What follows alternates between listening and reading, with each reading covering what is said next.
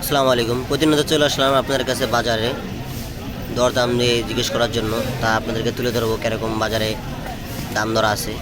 তো আজকে শুধু আলু বাজারে শুধু আলুর দোকানে আসলাম। আলুর দোকানে একবারে দাম এই সিজনে খুব বলে আলু প্রচুর পরিমাণে হয়েছে, তার কারণে আলুর খুবই দাম কম। আলু কত করে এখন?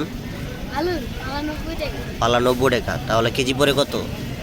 18 টাকা কেজি পড়ে। তাহলে 18 টাকা কেজি। আর যদি বস্তাপতি নেন তাহলে আরও কমাই দেওয়া হবে 14 টাকা 13 টাকা।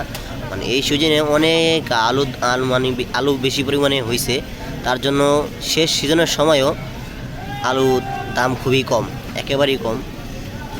তো যারা যারা এই সিজনে আলু খেতে চান না, তারা দামের জন্য তারা এখনই নিয়ে খেতে পারেন। সুস্বাদু খাবার এরা, প্রতি বছর এরা আসে মাটির তলের আলু। সবাই ভালো থাকবেন।